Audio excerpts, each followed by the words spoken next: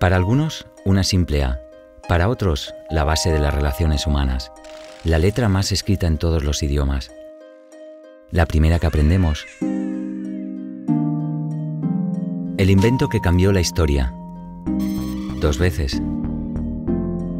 Con el que conocimos la palabra de Dios, al hidalgo caballero y la teoría del Big Bang. Muchos ven aquí una semilla, pero solo unos pocos ven en ella el nacimiento de todo lo que llamamos cultura, que por cierto significa cultivo. La razón por la que conocemos la obra de Shakespeare, disfrutamos del invento de los hermanos Lumière o entendemos la teoría de la relatividad.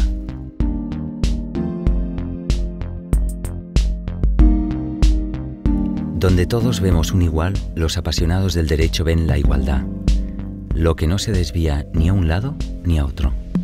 Un pilar fundamental de la Revolución Francesa, el leitmotiv de la declaración que garantiza todos estos iguales, incluido tú. ¿Qué ves aquí? Algunos ven mucho más que una simple circunferencia, ven la forma de que todos estemos organizados de la manera más justa, a la misma distancia del centro.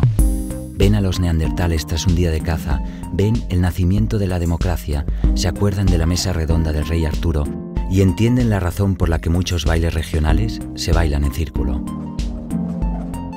Todo el mundo sabe lo que es un cuadrado, pero solo unos pocos ven aquí un píxel, la unidad mínima de lo visible en pantalla, la posibilidad de crear formas, mundos, personajes que cobran vida y pueden perderla tantas veces como se quiera.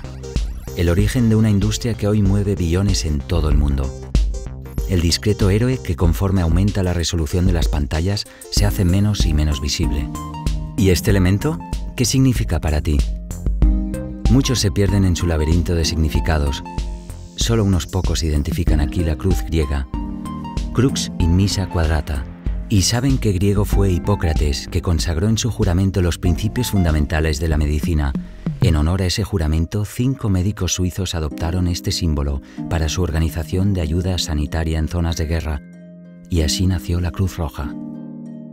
Puede que estos símbolos sigan significando poco para ti, o puede que no. Porque ¿qué hay mejor que poder ver más allá donde otros solo ven la superficie? Dominar y disfrutar lo que realmente te gusta, y además ser valorado por ello. El valor de la especialización.